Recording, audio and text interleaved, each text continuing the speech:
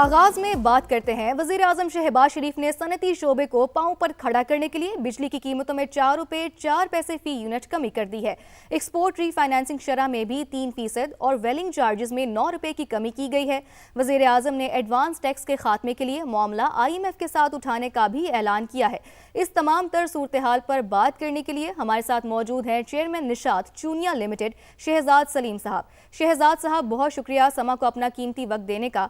ये कहिएगा कि हुकूमत ने सनतों के लिए बिजली की कीमत 4 रुपए 4 पैसे कम कर दी है, इससे कितना फायदा होगा? और दूसरा ये भी बताइएगा कि इसके अलावा इंडस्ट्री को क्या मसाइल दरपेश हैं जिसके हल के लिए हुकूमत को काम करने चाहिए? तो ये अच्छा गवर्नमेंट ने स्टेप लिया है। बेसिकली गवर्नमेंट ने क्रॉस सब्सिडी ख़त्म की है, जो मेरी अंडरस्टैंडिंग है, जो कि इंडस्ट्रियल टैरिफ में एक एलिमेंट वो था जो कि जिन लोगों को टैरिफ से कम बिजली बेची जा रही थी तो उनकी सब्सिडी जो है वो इंडस्ट्री के टैरिफ में थी। तो गवर्नमेंट ने अच्छा स्टेप लिया है, इससे डेफिनेटली इंडस्ट्रीज़ को कुछ रिलीफ मिलेगी, क्योंकि दुनिया बड़ी competitive है और ये पॉसिबल नहीं है कि हमारी इलेक्ट्रिसिटी या एनर्जी कॉस्ट हमारे कंपेटिटर मुल्क जो कि इंडिया या बांग्लादेश हैं उनसे बहुत ज़्यादा हो, तो और हम एक्सपोर्ट भी कर सकें। तो I think this is a very good step in the right direction. जी। अभी और भी बहुत सारे इश्यूज हैं जिन पे गवर्नमेंट के साथ हमारी मुख्तलिफ फोरम से बातचीत चल रही है, हम्म। और उसमें सबसे बड़ा मेजर इशू तो टैक्सेशन का है। और ये काफ़ी गलत नोशन है कि इंडस्ट्री को कोई सब्सिडी दी जा रही है। एक्चुअली तो इंडस्ट्री बाकी टैरिफ्स को सब्सिडाइज कर रही है। हम्म। तो ये पहला स्टेप है कि आपने वो क्रॉस सब्सिडी ख़त्म की है, but I I think it's a very good step in the right direction. जी ठीक। शहजाद साहब, ये भी कहिएगा कि क्या तवानाई की निर्खों में कमी से सनती पैदावार में इजाफा मुमकिन हो सकेगा? और साथ ही क्या हुकूमत जो इकदामात उठा रही है, क्या उन इकदामात से मुल्क की सनत आलमी मंडी में मुसाबकत के काबिल बन सकती है? देखिए, ये कोई शॉर्ट टर्म तो सोल्यूशन होते नहीं है इन चीज़ों में। हम्म। अगर एक मुल्क में बिजनेस एनवायरनमेंट ऐसा होगा जिसमें लोग इन्वेस्ट करेंगे और लोगों को मुनाफा होगा आफ्टर टैक्स, तो तभी आपकी इंडस्ट्रियल प्रोडक्शन बढ़ सकती है, उससे हम्म। एम्प्लॉयमेंट भी बढ़ जाएगी हम्म। और उससे टैक्सेस की कलेक्शन भी एक्चुअली बढ़ जाएगी।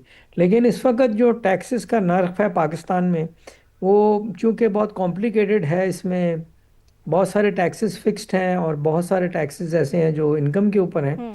तो आपका मिनिमम टैक्स तो 50% से तकरीबन शुरू होता है, और जिन कंपनीज में प्रॉफिटेबिलिटी कम है वहाँ तो ये 100% तक चला जाता है इस पे। And that is not something which is sustainable in the long run. Hmm. तो मेरा ये ओपिनियन है कि ग्रोथ हमें करनी है, और ग्रोथ करने के लिए सिर्फ एनर्जी का नर्ख कम करने से या रीफाइनेंस रेट कम करने से री इन्वेस्टमेंट तो शुरू नहीं होगी। शायद बहुत सारी कंपनियां सर्वाइवल की सिचुएशन में जो फंसी हुई हैं वो उनको कुछ रिलीफ मिल जाए, सही। But there are many other steps which have to be taken. और हमें बड़ा कॉशियसली इसको मतलब खुशाइन चीज़ है जो गवर्नमेंट ने की है, लेकिन इसको बड़ा कॉशियसली सेलिब्रेट करना चाहिए। अच्छा शहजाद साहब, क्या हुकूमत को मौशी इस्तेहकाम के लिए तवील अलमुद्दती सनती पॉलिसी बनानी चाहिए? और साथ ही अब तक जो हुकूमत ने इकदामात उठाए हैं, क्या आप उनसे मुतमईन हैं? देखिए, पाकिस्तान का जो इंडस्ट्रियल लैंडस्केप है ना, over the last many years, hmm. वो स्लोली बहुत ही अनकम्पेटिटिव हो गया, और इसमें इंडस्ट्री का कोई कसूर नहीं है।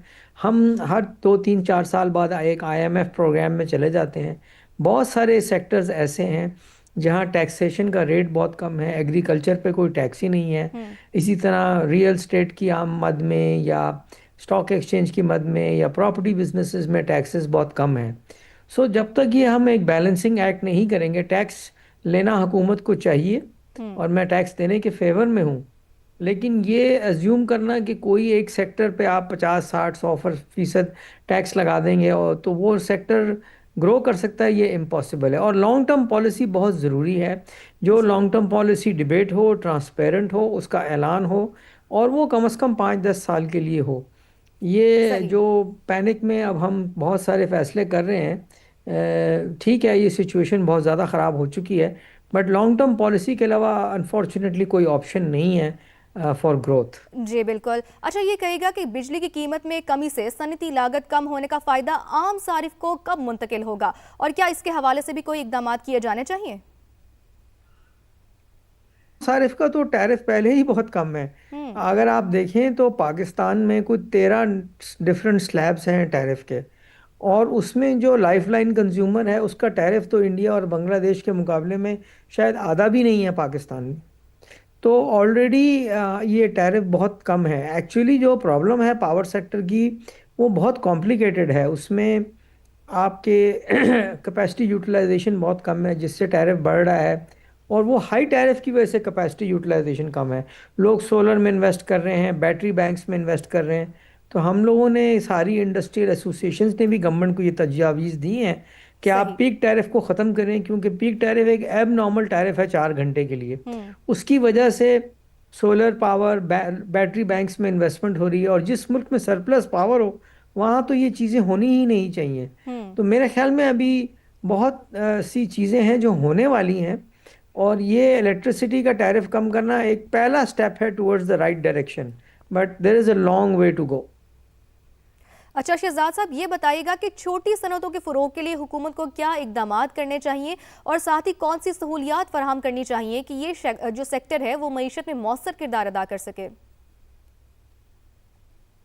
ये छोटी और बड़ी सनत का इशू ही नहीं हम्म। है। इश्यूज तो सबके सेम है, चाहे छोटी सनत हो चाहे बड़ी हो। Taxation is now the number one problem. Energy cost is the number two problem.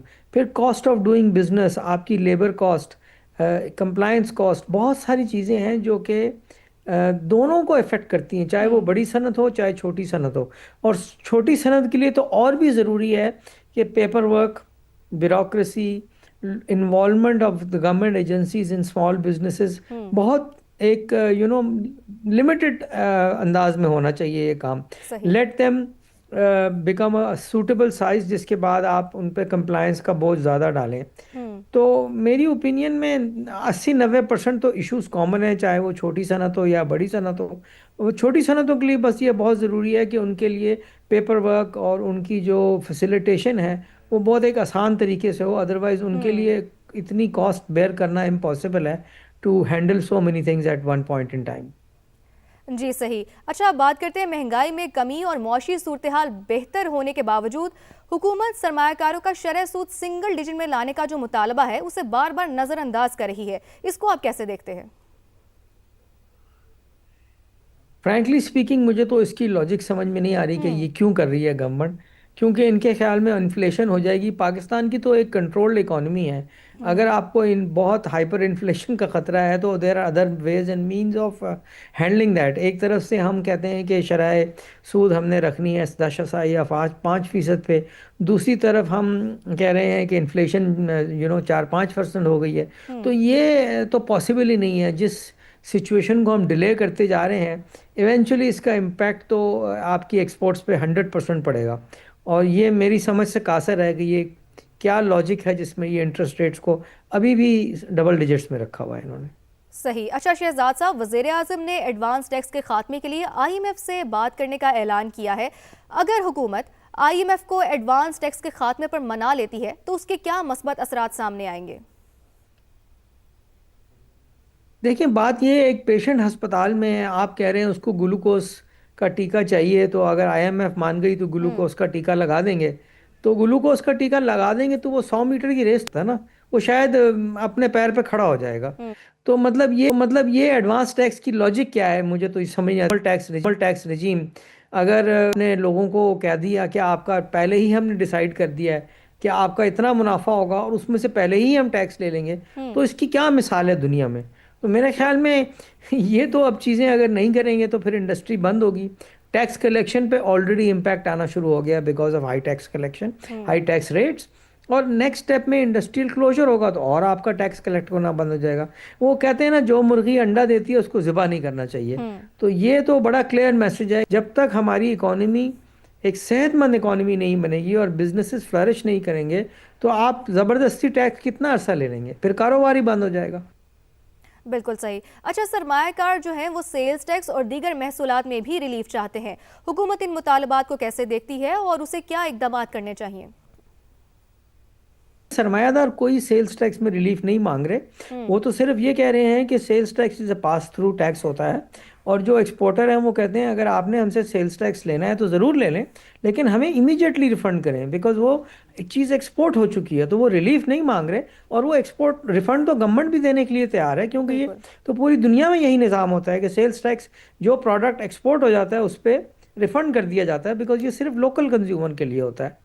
लेकिन चूंकि चेन में डॉक्यूमेंटेशन को इन्होंने बराबर रखना होता है, इसलिए वो हर एक पे सेल्स टैक्स चार्ज करते हैं। तो रिलीफ कोई नहीं मांग रहा, वो तो सिर्फ ये कह रहे हैं कि आप हमें टाइम पे रिफंड कर दें। अगर आप 50 से 100% टैक्स लगा देंगे तो आप लगा सकते हैं, हम हुकूमत है, लेकिन उसके बाद फिर कौन इन्वेस्टमेंट करेगा पाकिस्तान में? आईएमएफ को भी जाके समझाना चाहिए, क्योंकि ये टारगेट्स मीट करने के लिए लेफ्ट राइट सेंटर टैक्सेस लगाने से इकोनॉमी तो ग्रो नहीं हो सकती, तबाह अलबत्ता ज़रूर हो सकती है। जी बिल्कुल शहजाद साहब, आखिर में ये बताइएगा कि रुपए की जो गिरती हुई कदर है उससे मुल्क की बरामदात, दरामदी लागत और साथ ही मजमूई मौशी तवाज़ुन पर मनफी असरात मुरतब होते हैं। हुकूमत को रुपए की कदर को मुस्तहकम रखने के लिए क्या हिकमत अमली अपनानी चाहिए? देखिए, रुपए की कदर जो है वो डॉलर के अगेंस्ट, चाहे वो अप्रिशिएट करे या डिप्रिशिएट करे, उसका कनेक्शन इंटरेस्ट रेट से है। इस वक्त डॉलर टर्म्स में आपकी मिनिमम वेज इंडिया बांग्लादेश से ज़्यादा है, डॉलर टर्म आपका इंटरेस्ट रेट इंडिया बांग्लादेश से ज़्यादा है, फिर हम कैसे compete करें उनसे? और वहाँ पर मरात गवर्नमेंट उल्टा सब्सिडीज दे रही है, यहाँ पर उल्टा टैक्सेस लगा रही है। तो ये तो एक क्लियर रियलाइजेशन है। और रुपए डीवैल्यू हो जाएगा अगर आपने इंटरेस्ट रेट का डिफरेंशियल नहीं ख़त्म किया, जो हम बार बार एक बात करते हैं कि या तो आप इंटरेस्ट रेट यूएस डॉलर के बराबर कर दें और रुपए को पैग कर दें। हांगकांग डॉलर पैग्ड है यूएस डॉलर के साथ, यूएई का दिरहम है ये भी पैग्ड है। पिछले 20 साल में उनके और यूएस डॉलर के इंटरेस्ट रेट में कोई फ़र्क नहीं है। पाकिस्तान में 8% का फ़र्क है, लेकिन हम एक्सपेक्ट करते हैं कि ये करेंसी जो है वो यूएस डॉलर के साथ पैग्ड रहेगी। तो ये मैथमेटिकली इम्पॉसिबल है। ये तो फाइनेंस की अंडरस्टैंडिंग में ना पहले कभी हुआ है ना अब होगा। जितना इसको रोकेंगे उतना ही जाके ये एक दिन इकट्ठा 10-20% डिवैल्यू हो जाएगा। सो या आप रुपए की वैल्यू को अगर स्टेबल रखना चाहते हैं तो फिर तो आपके पास एक ही ऑप्शन है कि आपको इंटरेस्ट रेट भी यूएस डॉलर के बराबर करने पड़ेंगे। जी ठीक, शहजाद सलीम साहब, समा को अपना कीमती वक्त देने का बेहद शुक्रिया।